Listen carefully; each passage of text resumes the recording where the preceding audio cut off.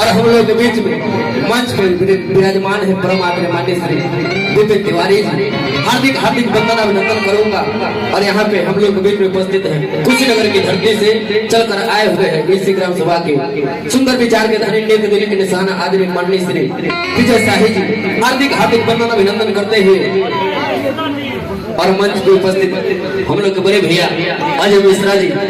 आप तीनों महान हस्तियों के लिए कहना है कि साकी लिखा शराब लिखा जाम लिख दिया, साकी लिखा शराब लिखा जाम लिख दिया, कहीं पे मंजिल तो कहीं पे मुकाम लिख दिया। और किसी ने पूछा मनोज बताओ पता अपना, किसी ने पूछा मनोज बताओ पता अपना, हमने कलम उठाया और आप लोगों का नाम लिख दिया। डांस तो जब हंसता तो बुझा कि कोनो चिमनी में आग लागल भैया आगे बदनी फाट गए रे तू ही बुझता लड़का लड़की के देखले बा कहता कि तू इतना सुंदर पारू की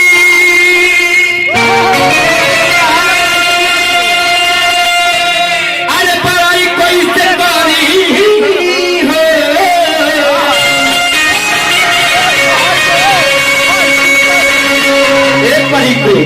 दिल में बसल पहाड़ तब पहाड़ी कोई से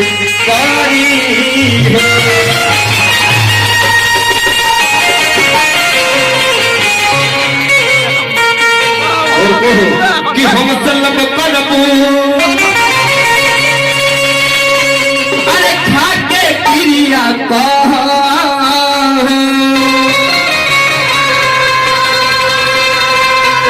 मनोज के छोड़ के सल्लू लगे न रहब।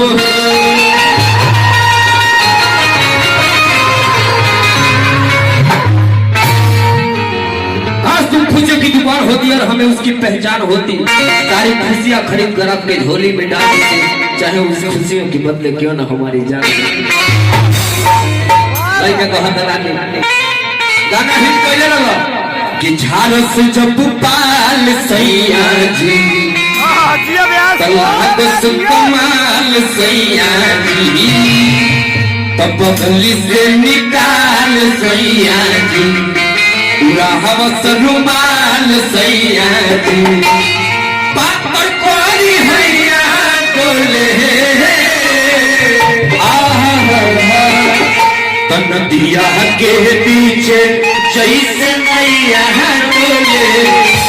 अरे वो सही मन सैया डोले। जब इतना बात मौगी को हम लोग बीच में उपस्थित है सुंदर विचार के धरती दिल इंसान आदरणीय केडी सिंह कुशवाहा जी, बगल में बैठे आदरणीय विनय कुशवाहा जी और बगल में बैठे बहुत ही अच्छे कवि जिनका लेखनी बड़े बड़े मंचों पे चलता है आदरणीय और किशोर अवधू जी। हार्दिक हार्दिक वंदन अभिनंदन करेंगे। जब इतना बात भैया लड़किया कहल मारदा कहता हमरो कुछ कहे चाहिए अपना मेहरानू के बड़ाई करता कैसे कि जूही गुलाब लागे शराब लागे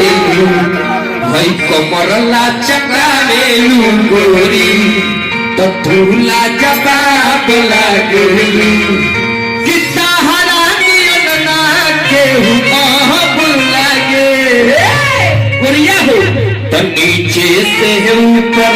सुपर सब लागे अरे अजब है गजब लागे।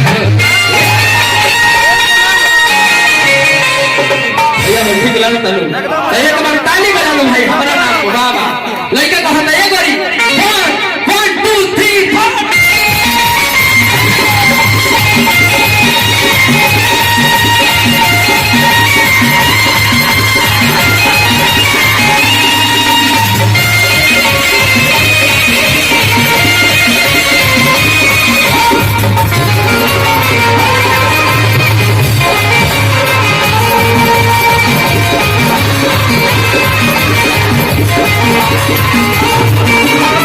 लड़का कहता गुलाब लागे शराब लागे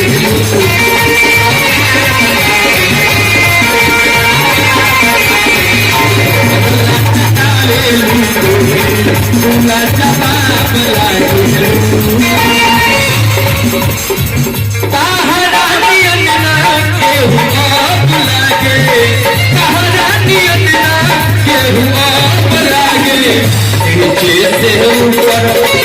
सब लागे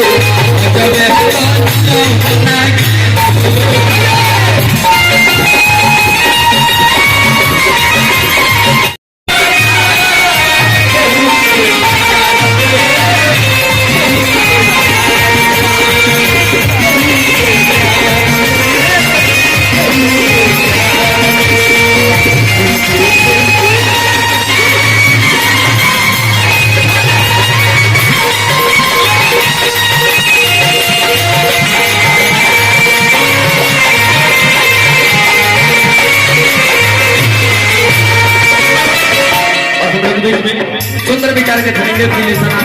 गाजीपुर की धरती से केडी सिंह कुशवाहा जी की तरफ से 701 रुपए का पुरस्कार हार्दिक हार्दिक और हम लगती में मंच पर उपस्थित विपिन तिवारी जी के तरफ से 1000 रुपए का पुरस्कार हार्दिक हार्दिक हमारे गुरु जी मंच पर विराजमान बने अन्य मान्य श्री जकरा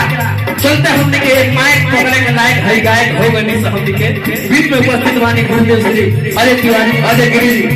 हार्दिक हार्दिक अभिनंदन करो लड़का कहता है एगो बारू तू हसी कमसी